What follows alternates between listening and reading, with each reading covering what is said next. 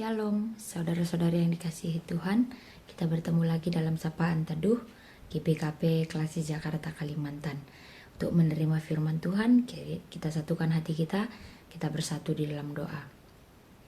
Allah Bapa kami yang bertahta dalam kerajaan surga, kami bersyukur akan berkat Tuhan dalam kehidupan kami, kasih Tuhan dalam kehidupan kami, sehingga saat ini kami dapat terhubung dalam Sapaan Teduh GPKP Klasik Jakarta Kalimantan. Untuk memulai hari kami mau menerima firman Tuhan. Dalam Sapaan Teduh kali ini, kiranya Roh Kudus Tuhan menolong kami, anak-anak Tuhan yang mau setia dan mau belajar, mau mendengar firman Tuhan. Roh Kudus Tuhan yang memampukan kami agar firman yang kami dengar dapat kami pakaikan dalam kehidupan kami. Inilah doa kami Tuhan, di dalam nama Yesus kami berdoa, amin. Saudara-saudari yang dikasihi Tuhan, firman Tuhan yang sampai pada kita di Sapaan Teduh kali ini diambil dari Yehezkiel 36 ayat 26. Begini firman Tuhan, kamu akan kuberikan hati yang baru dan roh yang baru di dalam batinmu, dan aku akan menjauhkan dari tubuhmu hati yang keras, dan kuberikan kepadamu hati yang taat. Saudara-saudari yang dikasihi Tuhan, di Sapaan Teduh kita kali ini kita belajar dari kitab Yehezkiel 36 ayat 26, di mana konteks kehidupan bangsa Israel pada saat itu, di mana umat Israel sedang mengalami pembuangan ke Babel karena ketidaksetiaan yang mereka lakukan dengan melakukan penyembahan berhala.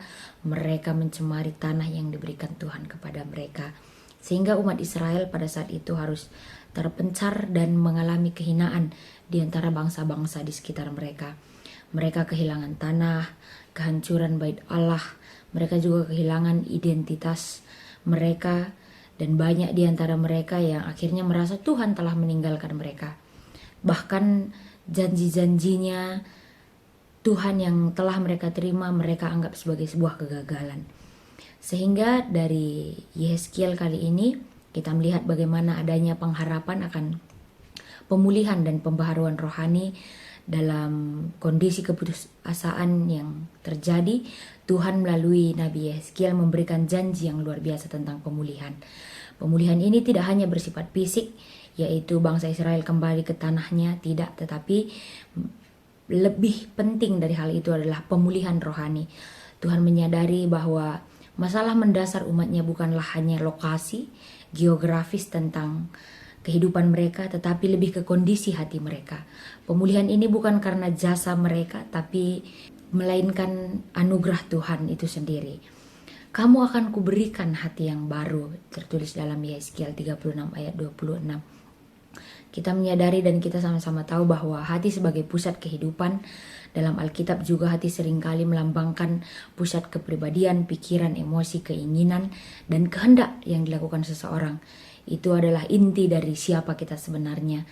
Dan saat itu perubahan radikal disampaikan bahwa hati yang baru menunjukkan bahwa perubahan yang dijanjikan Tuhan bukan sekadar perilaku eksternal, perbaikan perilaku eksternal, tetapi transformasi batin yang mendalam.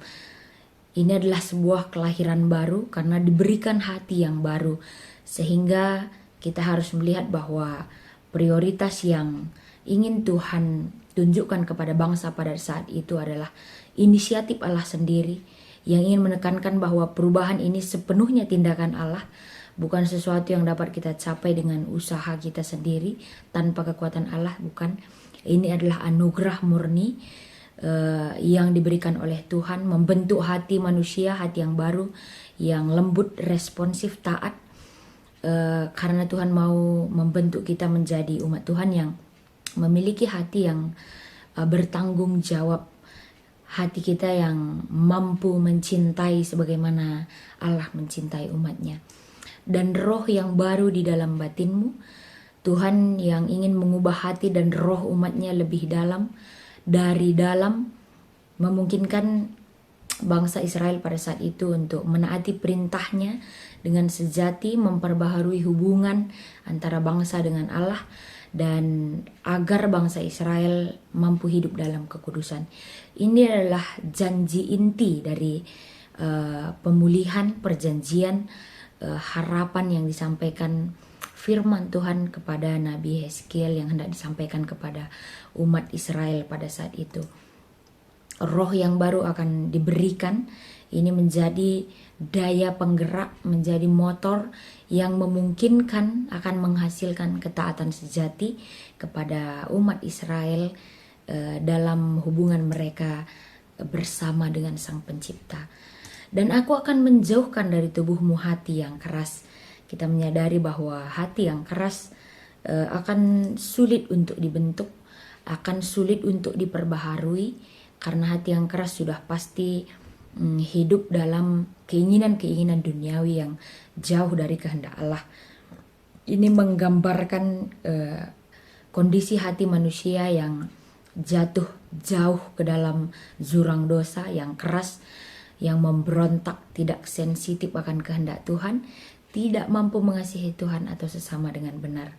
Sehingga hati yang keras seperti batu tidak dapat menerima firman Tuhan atau merasa menyesal atas dosa. Sehingga dalam Yehezkiel 36 ayat 26 diingatkan, kuberikan kepadamu hati yang taat, hati yang lembut, peka terhadap dorongan Roh Kudus, roh yang dianugerahkan Tuhan kepada setiap umatnya, sehingga kita mampu merasakan penyesalan, memiliki belas kasihan, dan yang terpenting memiliki keinginan untuk taat kepada Tuhan.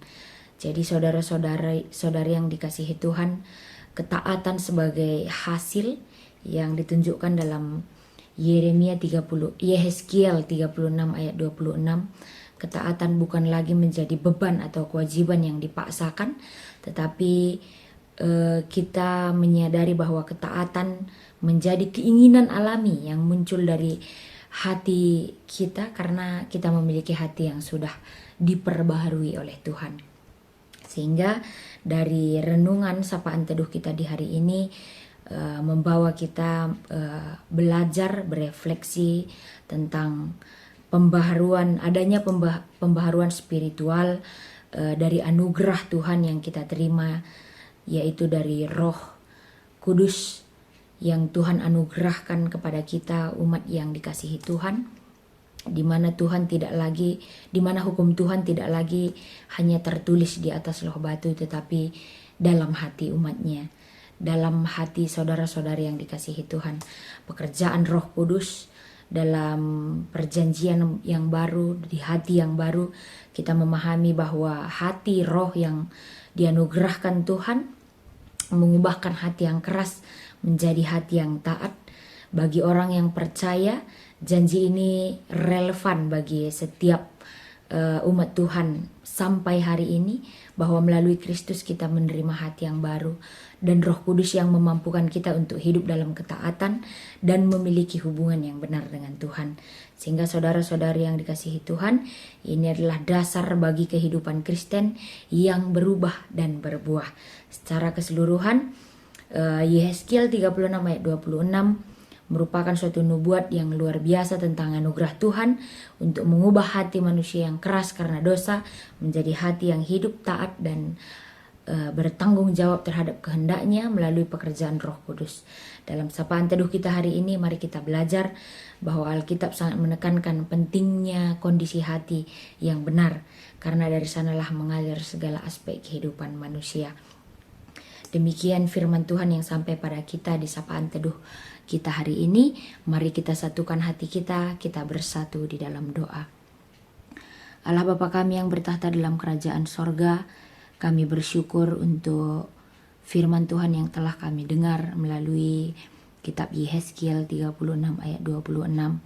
Kami yakin dan percaya, kami belajar dari perjalanan kehidupan bangsa Israel di tengah kehidupan yang mungkin menyulitkan, beban tekanan yang mereka alami ketika mereka di pembuangan, tetapi ada janji pemulihan yang merupakan benar-benar anugerah dari Tuhan yang memampukan mereka untuk bertahan. Sampai kepada kami saat ini, kami yakin dan percaya kami mampu bertahan karena adanya kasih Tuhan, anugerah Tuhan yang senantiasa memperbarui kehidupan kami. Hari ini kami mau belajar untuk menjadi umat yang taat, untuk menjadi anak-anak Tuhan yang taat. Dengan segala kehendak Tuhan, kami ingin tetap terhubung, menjaga hubungan yang benar dengan Tuhan, Sang Pemilik kehidupan kami. Kami harus dengan benar-benar memperbaiki apa yang ada di dalam hati kami. Kami meminta pertolongan dari Roh Kudus untuk memperbarui hati kami, agar kami memiliki hati yang penuh dengan ketaatan, hati yang penuh dengan kasih yang berasal dari Tuhan. Kami percaya Tuhan memampukan kami percaya Roh Kudus menolong kami dan semua umat Tuhan yang mendengarkan firman Tuhan di dalam sapaan teduh hari ini. Tuhan, hari ini kami juga berdoa untuk saudara-saudari kami GBKP Runggun Parindo, Perpulungan Ngabang Sungai Asam.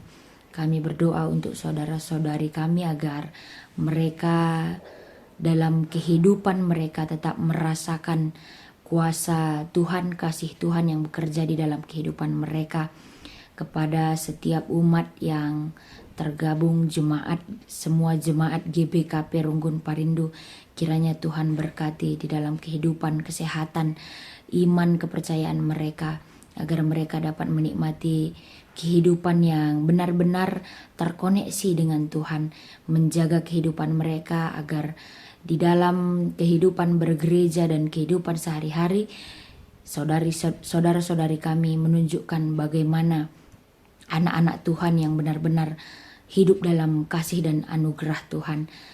Dan untuk semua pelayan di GBKP Runggun Parindo, begitu juga dengan perpulungan, pertua diaken, pendeta, seluruh pengurus PJJ kategorial.